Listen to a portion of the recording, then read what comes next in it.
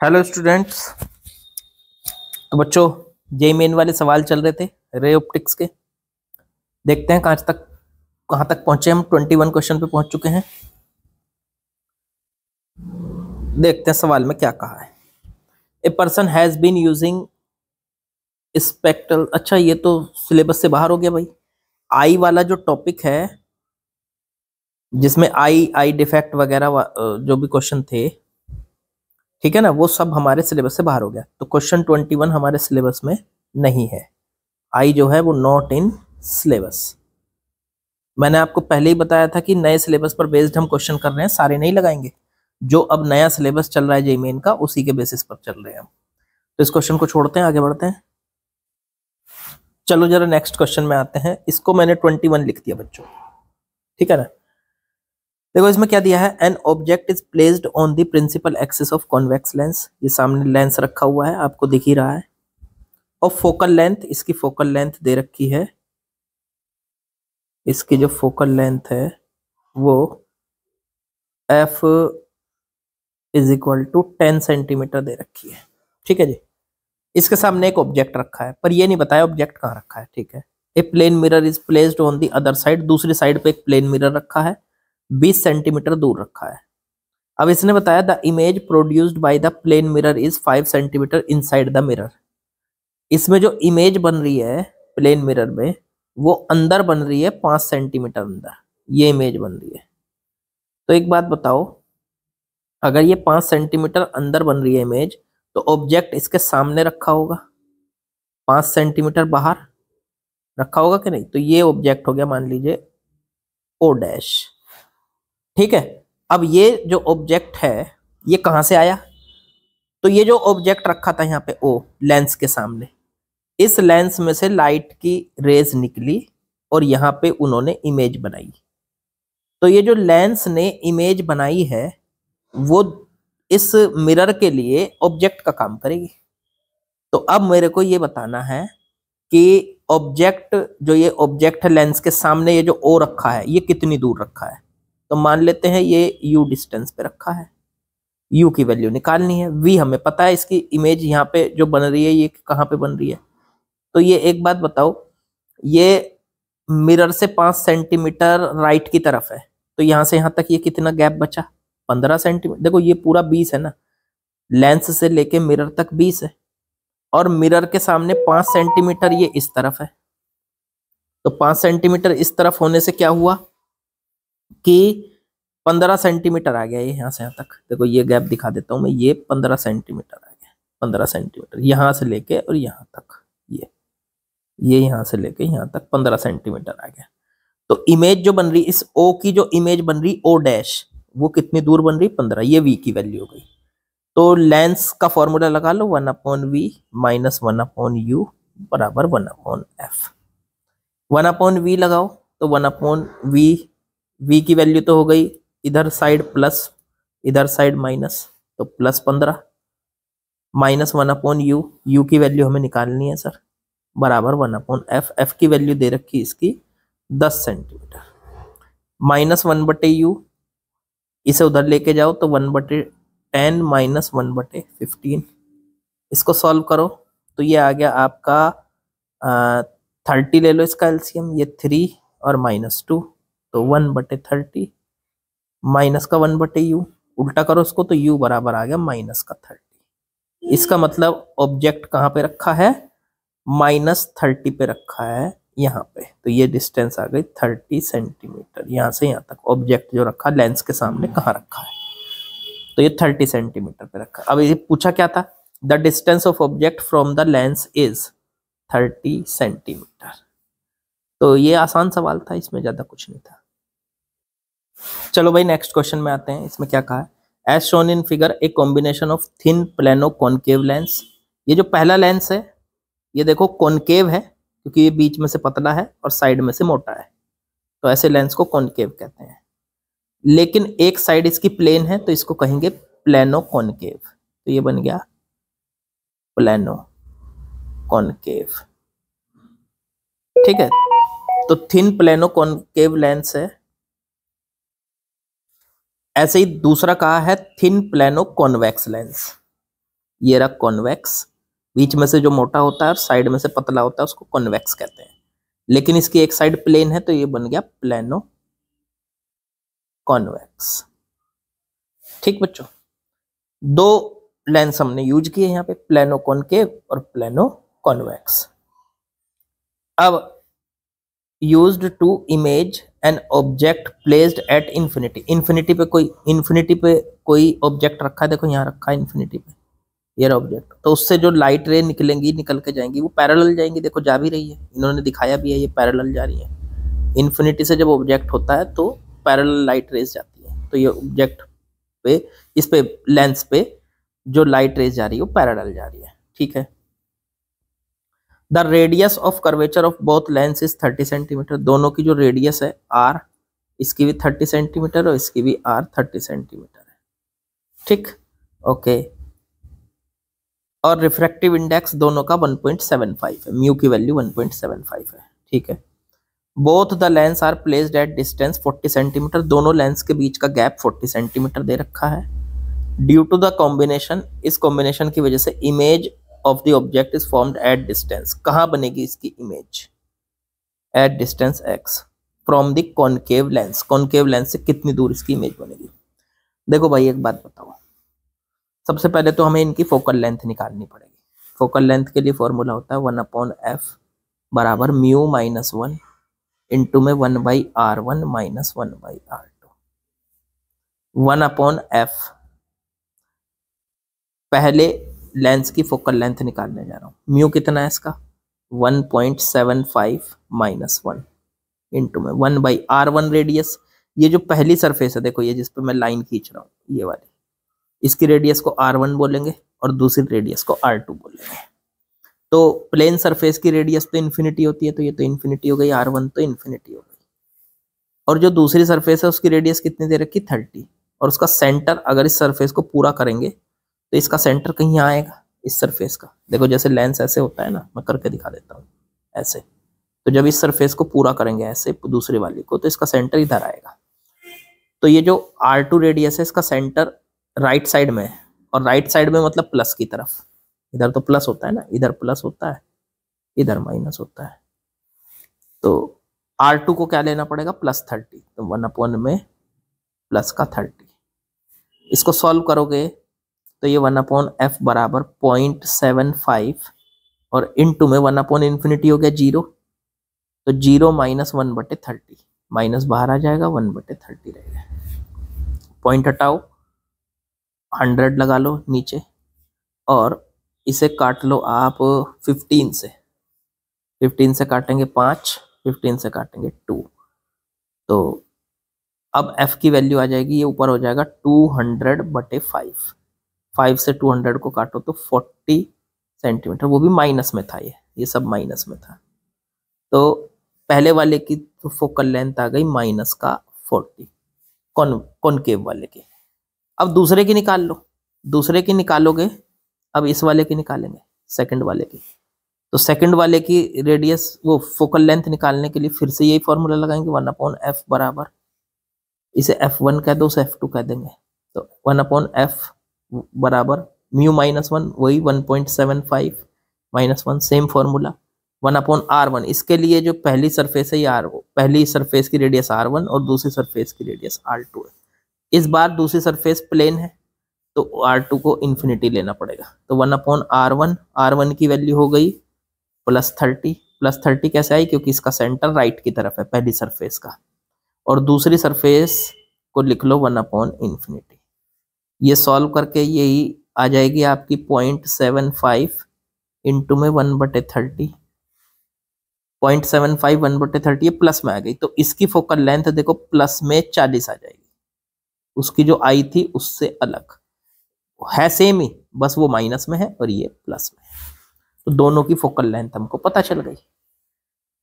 अब इन्होंने पूछा क्या है, अब इन्होंने दिया है कि जो पहला लेंस है इसमें से लाइट रे जब पैरेलल पड़ेंगी तो इसकी इमेज कहाँ बनेगी, आपको पता है ये इनको क्या कर देगा, डाइवर्ज कर देगा ऐसे, जब लाइट रे ऐसे जाएगी तो उनको ये और खोल देगा, डाइवर्ज कर देगा, तो पीछे इसकी इमेज बनती हुई हमको फील होगी, पीछे पीछे यहाँ फील होगी। तो यहाँ पे इसकी इमेज बनेगी I1, जो ऑब्जेक्ट इन्फिनिटी पे रखा था ना ये, इसकी इमेज यहाँ बनेगी I1, पीछे बनेगी लेंस के इसी साइड, मतलब लेफ्ट साइड। तो कहाँ बनेगी? जब हम पैरेलल पे डालते हैं लाइट रेज तो इमेज फोकस पे बनती है। तो ये इमेज पहली जो बन रही है यहाँ फोकस पे बन रही है, मतलब यहाँ से यहाँ तक की ये जो इमेज तक की डिस्टेंस है ये वाली आ गई 40 सेंटीमीटर, क्योंकि 40 तो हमारा निकल के आया है, 40 सेंटीमीटर आ गई। अब ये इमेज जो है दूसरे लेंस के लिए ऑब्जेक्ट का काम करेगी। अब दूसरे लेंस की बात करो बस, अब दूसरे लेंस की बात करता हूँ। ये है दूसरा लेंस, इमेज बन रही यहाँ I1 कह लो, जो पहले लेंस की इमेज यहाँ बन रही ना पहले लेंस से, वो इमेज इसके लिए तो ऑब्जेक्ट का काम करेगी ना। अब इस लेंस के लिए, अब ये कितनी दूर है? तो 40 ये पीछे बन रही है और 40 इन दोनों लेंस के बीच का गैप है, 40 ये दे रखा। तो टोटल कितने सेंटीमीटर पे हो गई है? यहाँ से 80 सेंटीमीटर पे, 80 सेंटीमीटर। अब यहाँ से लाइट रे ऐसे आ रही है और यहाँ पे इसकी ये इमेज इसके लिए ऑब्जेक्ट है, तो यहाँ पे ये फिर इसकी इमेज दोबारा बनेगी, जहां पे भी बनेगी इस इमेज I1 की दूसरी इमेज बनेगी I2, ये यहाँ पे बनेगी। अब ये हमें कैलकुलेट करना है, इसकी फोकल लेंथ कितनी है? +40। तो कर दो इसको सॉल्व। 1 में, अब इसको 1 में v माइनस 1 में u बराबर 1 में f। v की वैल्यू कितनी है निकालनी है सर, इमेज कहाँ बनेगी? u कितना है? -80 इस तरफ है ना, लेफ्ट की तरफ, और 1/f कितना है इसका? +40। इसे उधर ले जाओ, 1/v बराबर 1/40। उधर जाके ये माइनस माइनस, यहाँ तो प्लस हो रहा था, उधर जाके फिर माइनस हो गया, 1/80। इसको सॉल्व करो, 80 एलसीएम आ गया, तो ये 2 - 1 मतलब 1/80, 1/v। तो v बराबर आ गया 80 सेंटीमीटर। इसका मतलब वो यहाँ पे 80 सेंटीमीटर दूर। अब एक बात बताओ, उसने आंसर जो पूछा था वो पूछा था कॉनकेव लेंस से कितना दूर। देखो कॉन्वेक्स लेंस से तो बन रही है यहाँ पे मिलके यहाँ पे बन रही है मान लो 80 सेंटीमीटर पे, यहाँ से यहाँ तक की डिस्टेंस कितनी है? 80। और कॉनकेव लेंस से कितना दूर हो गया? तो कॉनकेव लेंस की ये वाली डिस्टेंस, अब देखो मैं ग्रीन कलर से दिखा रहा हूँ कहाँ से कहाँ सीधे। कॉनकेव लेंस यहाँ से चले, नहीं ब्लैक से दिखा रहा हूँ, ब्लैक से। कॉनकेव लेंस से यहाँ से चले और यहाँ से होते हुए यहाँ 40 और फिर आगे 80 और इमेज टोटल। तो यहाँ से यहाँ तक टोटल कितना हो गया? यहाँ से लेके सीधे यहाँ तक ये हो गया 40 और +80, तो टोटल हो गया 120। तो इमेज जो हो गई वो कॉनकेव लेंस से कितनी दूर है? 40 + 80, 120 सेंटीमीटर पे बन रही है। तो आंसर आ गया हमारा 120 सेंटीमीटर। ठीक है, क्योंकि due to the combination the image of the object formed at distance centimetre from concave lens, concave lens से कितनी दूर है, बस यही पूछा था। ठीक है, ये भी आसान था सवाल। आप थोड़ा फील कर रहे हो कि इसमें ज्यादातर क्वेश्चन ऐसे पूछ जा रहे हैं जिनमें दो चीजें यूज हो रही हैं, कभी 2 लेंस, कभी एक लेंस, एक आपके पास मिरर, इस तरीके की चीजें यूज हो रही हैं। ठीक है, चलो आगे बढ़ो। चलिए बच्चों नेक्स्ट क्वेश्चन पे आते हैं। देखो क्या बोला इसने बोला है when a beam of light is allowed to pass through convex lens। मान लीजिए कॉन्वेक्स लेंस है हमारे सामने और जब इससे एक लाइट बीम को पास कराया जाता है पैरेलल ऐसे, ठीक है, और इस लाइट का कलर जो है वो वाइट है, वाइट। अब वाइट के अंदर ना आपको पता है पूरे टोटल 7 कलर होते हैं, विबग्योर पता होना चाहिए आपको। तो जब ये लाइट रे यहाँ पे मिलती है ना तो ये अलग अलग पॉइंट पे मिलती है ऐसे, अलग अलग कलर वाली लाइट अलग अलग पॉइंट पे मिलती है ऐसे। बहुत ज्यादा फर्क नहीं होता लेकिन फर्क होता है। क्यों? क्योंकि जो रेड कलर की है उसकी वेवलेंथ अलग होगी। आपको पता है विबग्योर में वेवलेंथ रेड कलर की सबसे ज्यादा होती है और और वॉयलेट कलर की सबसे कम होती है। तो वेवलेंथ अलग होने की वजह से क्या हुआ सर, वेवलेंथ अलग होने की वजह से इस लेंस का जो म्यू है वो वेवलेंथ के इनवर्सली प्रोपोर्शनल होता है। अब वेवलेंथ अगर बढ़ेगी तो म्यू घटेगा। इसका मतलब रेड कलर के लिए वेवलेंथ सबसे ज्यादा है, रेड कलर की वेवलेंथ ज्यादा है तो उसका म्यू कम होगा, उसके लिए इसके म्यू की वैल्यू कम होगी, उसके लिए म्यू की वैल्यू क्या हो जाएगी, रेड कलर के लिए कम होगी। वेवलेंथ अगर ज्यादा होगी तो वेवलेंथ बढ़ रही है तो म्यू की वैल्यू कम होगी। तो इसका मतलब सारे कलर, अब ये इससे म्यू से क्या मतलब है सर हमारा, म्यू से ही, म्यू तो डिसाइड करता है ना कि लाइट रे कितना घूमेगी।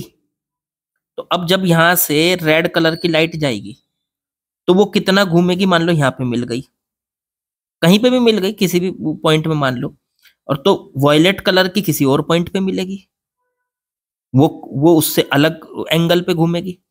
ऐसे ही ग्रीन कलर की अलग एंगल पे घूमेगी। इसलिए आपको यहाँ पे क्या होता है कि आपको यहाँ पे ना अलग अलग कलर वाली लाइट मिलती हुई नजर आती है जब व्हाइट कलर को उसमें से पास कराया जाता है। ये बहुत ज्यादा फर्क नहीं होता, मैंने तो देखो ज्यादा ज्यादा फर्क पे बनाया है, इतना ज्यादा फर्क नहीं होता। इसी फिनोमिना को कहते हैं क्रोमेटिक एबरेशन। तो इसका ऑप्शन जो है ये बी है। इस फिनोमिना को, फिनोमिना मैंने आपको समझा दिया क्या होता है कि जब अलग अलग कलर की लाइट रे लेंस के अंदर से पास कराई जाती है तो लेंस अलग अलग कलर की लाइट रे को अलग अलग एंगल पे घुमाता है, तो इसलिए उनकी सबकी फोकस जो होगी वो अलग अलग होगी। अगर अगर आप वो भी डालोगे ना, पैरेलल डालोगे, तो उनकी जो फोकस होगी वो अलग अलग पॉइंट पे आएगी। बस इसी को कहते हैं हम क्रोमेटिक एबरेशन। और ये फिनोमिना क्रोमेटिक एबरेशन होता है, ठीक है, ये आपको पता होना चाहिए। बस यही पूछा था कि कौन सा फिनोमिना है, तो ऑप्शन हो गया इसका बी। चलो आगे बढ़ते हैं। चलो नेक्स्ट क्वेश्चन पे आते हैं बच्चों। इसमें क्या दिया है इसने, a convex lens of refractive index 1.5, ठीक है, एक लेंस है जिसका रिफ्रैक्टिव इंडेक्स 1.5 है। फोकल लेंथ उसकी f is equal to 18 centimetre in air, air के अंदर। अब उसको इमर्ज कर दिया वाटर में। The change in focal length, इसकी फोकल लेंथ में चेंज बताना है कितना होगा। चलो ठीक है, एक काम कर लेते हैं। सबसे पहले मान लीजिए ये है आपके पास वो लेंस, ठीक है। इसकी फोकल लेंथ आप कैसे निकालोगे, एयर में रख रखा है आपने इसको पहले, एयर में, और इसका म्यू 1.5 है। तो इसकी फोकल लेंथ आप किस फॉर्मूले से निकालते हो, 1/f बराबर mu minus 1, 1/r1 minus 1/r2। r1 इधर की रेडियस, r2 इधर की रेडियस।